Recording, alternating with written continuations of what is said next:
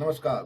क्या आप जानते हैं मोदी सरकार में सबसे ज्यादा ओवररेटेड मतलब कि जिसको हाइप बनाई गई और बढ़ा चढ़ा करके बताया गया और किसके बारे में बताया गया कि ये ऐसे आदमी है, इनकी एक प्रोफाइल है, ये वो है, ये फलाने या ढमकाने, किसके बारे में? अगर आपका जवाब नितिन गडकरी है तो आप गलत है। नितिन गडकरी से ज्यादा एक ओवर हाइप्ड है जो मोदी सरकार में है और पिछले 14 साल 2014 के बाद से लगातार है। उनका नाम है अजित डोभाल। आपने बिल्कुल ठीक सुना, अजित डोभाल ओवर हाइप्ड जो है ना जेम्स बॉन्ड है हमारे, जिनको हम सस्ता जेम्स का बॉन्ड कहते हैं, वो ओवर हाइप्ड है। उनकी इतनी सफलताएं नहीं है जितनी उनकी विफलताएं हैं। और आज की जो विफलता ने जो आज जो कांड हुआ है दिल्ली में, उसने मोदी का भरोसा बिल्कुल हिला दिया है। और मोदी ने जो किया है उससे अजीत डोभाल के सामने बहुत बड़ी परेशानी खड़ी हो गई है। अजीत डोभाल को 24 घंटे का समय दिया गया है। आप इस पूरी वीडियो को आप देखिएगा, आपको पता चलेगा 24 घंटे क्यों दिया गया है और अब तक ऐसा क्या हुआ कि मोदी का भरोसा टूट गया है। सबसे पहले तो दिल्ली ब्लास्ट में जो लोग हताहत हुए उनको विनम्र श्रद्धांजलि। और ये सरकार की बहुत बड़ी नाकामी है और सरकार से अनुरोध भी है कि उनको जो मृतक हैं उनके जो परिजनों को बल्कि जो मदद तो कम से कम ऐसे ही कर दी जाए कि उनका जीवन चल जाए। चलिए बात करते हैं वीडियो में हुआ क्या है। देखिए, इससे पहले अजीत डोभाल के रहते बहुत बड़ी बड़ी विफलताएं भारत ने झेली है। आप सफलताओं की बात करते हो, हम विफलता की बात करते हो। और बड़ी विफलताएं झेली गई। जो पुलवामा जो ब्लास्ट हुआ था उसमें आरडीएक्स कहाँ से आया था, इसकी जिम्मेदारी किसकी थी? रो की थी पता करने की। क्योंकि जो बाहर की जो एजेंसी होती है रो है हमारी, जिसको रिसर्च एंड एनालिसिस विंग कहते हैं, ये खुफिया एजेंसी है हमारी, जिसकी जिम्मेदारी जो दूसरे देश हैं उनमें हमारे खिलाफ क्या साजिश रची जा रही है उसका पता लगाना होता। तो आरडीएक्स कैसे आया देश के अंदर इतना बड़ा, उसकी पता लगाने की जिम्मेदारी रो की थी, वो फेल हुआ। उसके बाद हाल ही में जो पहलगाम हुआ, जहाँ धर्म पूछ करके जो है वो गोली मारी गई थी, निहत्ते जो है हमारे सैलानी थे, उस देश में पूरा का पूरा धार्मिक जो भाईचारा वो खराब होते होते बचा। उसको पता करने की जिम्मेदारी भी डोभाल साहब की ही थी कि रो इन्हीं के अंडर में आती है। जैसे पाकिस्तान की आईएसआई है, रूस की केजीबी है, अब तो नाम बदल गया लेकिन केजीबी के नाम से उनको जानते हैं, अमेरिका की सीआईए है। ये सारी एजेंसी है, जैसे इजराइल की मोसाद है। ये सारी एजेंसी होती है, इनका काम होता है अपने देश की सुरक्षा करना। उनके खिलाफ कोई भी आदमी जाए देश के खिलाफ, उसको न्यूट्रलाइज करना, उसकी जानकारी रखना, अपने देश को समय रहते जानकारी देना। रो का काम हमारी एजेंसी है और रो का ये काम होता है। लेकिन रो बड़ी बड़ी स्तर पे फेल हुई है। आपको एक अमेरिका की घटना आपको बताता हूँ। एक पन्नू है, खालिस्तानी बड़ा आतंकवादी है पन्नू। ये बताया जाता है कि वहाँ रो ने उसको मरवाने की प्लानिंग की। ये जानकारी है हमारे पास, की कंफर्म नहीं है कि रो ने उसको पलवाने की प्लान किया। लेकिन वहाँ पे वो सीआईए ने वो एजेंट इनके पकड़ लिए और एफआईआर, यहाँ तक कि एफआईआर में नाम अजीत डोभाल का भी आ गया था। जब पिछले दौरे पे अमेरिका गए थे मोदी, अपने साथ डोभाल को ले गए थे और डोभाल की गिरफ्तारी को बचाने के लिए इन्होंने एसपीजी को लगाया था। क्योंकि उसमें जो नोटिस है वो सर्व करना था। जिसने केस किया था, पन्नू ने जो केस किया था, उसे नोटिस सर्व करना। नोटिस सर्व अगर हो जाता तो नहीं गिरफ्तारी तय थी। तो मोदी उस गुस्से को जो है बर्दाश्त करके किसी तरह ये बेइज्जती है ये कि अभी हमारी एजेंसी का कोई प्लान था और दूसरी एजेंसी ने खोल दिया, ना खोला बल्कि आदमी पकड़ लिए। इसके अलावा जो बात हुई है उसके अलावा पाकिस्तान में कोई कई बड़ी नाकामियां हुई हैं जो भारत को पता नहीं चल पाया। चीन की जो घुसपैठ हुई उसका भारत को नहीं पता चल पाया, मतलब कि भारत को नहीं पता चल पाया, मतलब ये काम डोभाल साहब का है। डोभाल साहब ने केवल बहुत बड़े जो रो के जो है रो को कंट्रोल करते हैं, बल्कि भारत के सुरक्षा सलाहकार भी है, नेशनल सिक्योरिटी एडवाइजर भी है हमारे।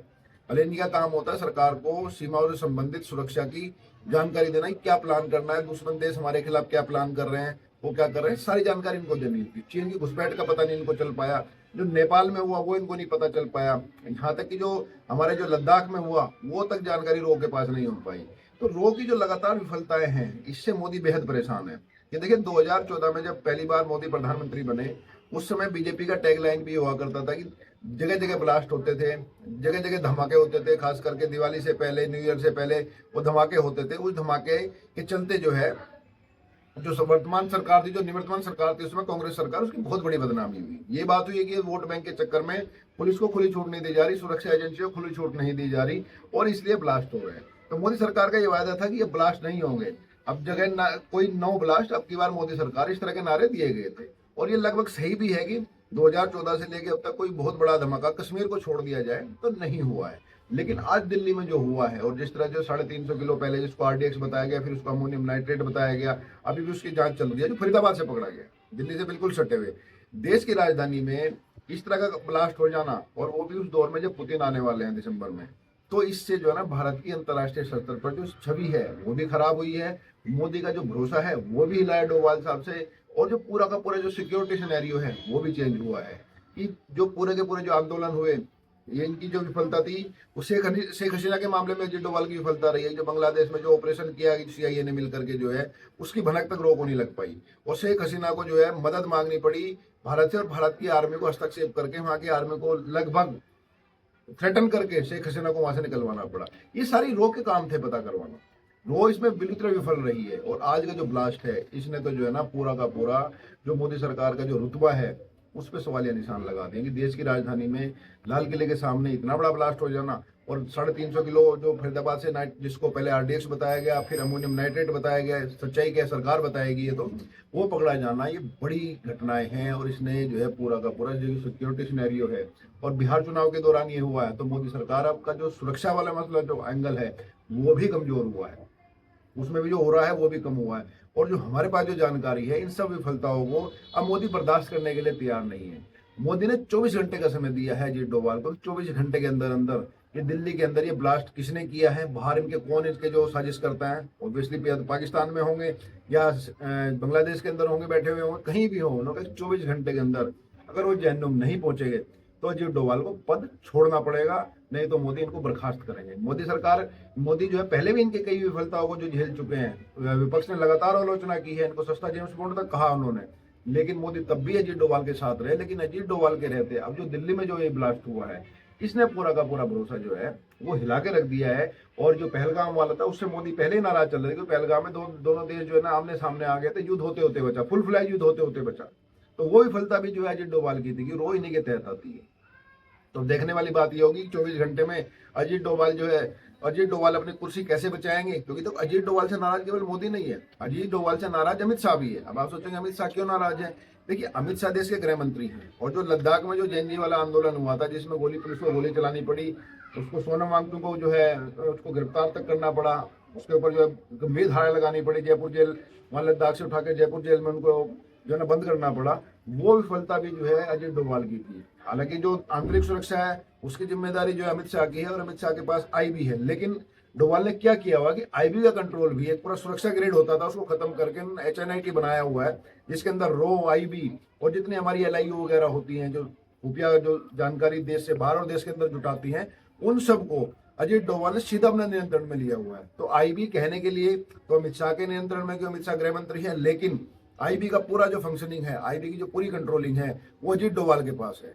और जब लद्दाख वाला जो कांड हुआ जिसमें गोली चलानी पड़ी, उसमें छवि स्वाभाविक तौर पर अमित शाह की प्रभावित हुई, उनकी जो छवि है बिल्कुल एक सख्त एडमिनिस्ट्रेटर की है, सख्त मंत्री के, जो बिल्कुल आमने सामने की बात करते हैं और छोड़ते नहीं है किसी को, बिल्कुल आतंकवादियों के खिलाफ तो उनकी बिल्कुल जीरो टॉलरेंस नीति है। तो उनसे उनकी छवि खराब हुई। उन्होंने भी जो है ना मोदी से इसकी शिकायत की थी अजीत डोभाल की कि इनके रहते फिर ये हुआ, ये जानकारी नहीं इकट्ठे कर पा रहे हैं, और IB का नियंत्रण भी अपने पास रखा हुआ है इन्होंने। तो तब भी बात ये हुई थी, लेकिन आज दिल्ली ब्लास्ट ने मोदी का भरोसा पूरी तरह तोड़ दिया। और जो 24 घंटे दिए हैं, अब 24 घंटे के अंदर अब देखने वाली बात ये होगी, पुलिस तो अपना काम कर ही रही है, लेकिन ये काम पुलिस के बस का नहीं है। पुलिस ज्यादा से ज्यादा क्या कर सकती है?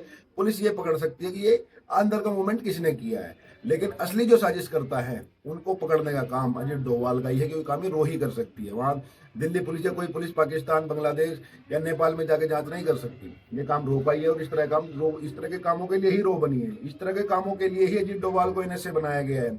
अब 24 घंटे के अंदर कुछ वो भारत की जो विफलता हुई है, जो दिल्ली में जो हुआ है, जिन आतंकवादियों ने किया है, जो बिल्कुल जो नासूर लोग हैं उन्होंने किया, अगर पकड़ पाते हैं तो ठीक है, नहीं तो उनकी विदाई तय है। और अगर ऐसा जो NSA एजेंट के रहते इतनी बड़ी बड़ी विफलताएं हो गई, खालिस्तान आतंकवाद पंजाब में, उसमें कनाडा में बढ़ गया है, पन्नू जो है खुलेआम घूम रहा है अमेरिका के अंदर, बल्कि हमारी बेइज्जती, हमारे वर्गों के एजेंट भी पकड़े गए अमेरिका के अंदर, श्रीलंका वाला हुआ, बांग्लादेश में हुआ, नेपाल में हुआ, लद्दाख में हुआ, पुलवामा में हुआ, पहलगाम में हुआ, और फिर दिल्ली ब्लास्ट हुआ। तो इतनी बड़ी विफलताओं के साथ ऐसे आदमी को रखने का मोदी को कोई इच्छा नहीं है। और जो हमारे पास जो जानकारी उसके हिसाब से अजीत डोभाल को बिल्कुल स्पष्ट संदेश मोदी ने दे दिया है कि तो करो या जाओ।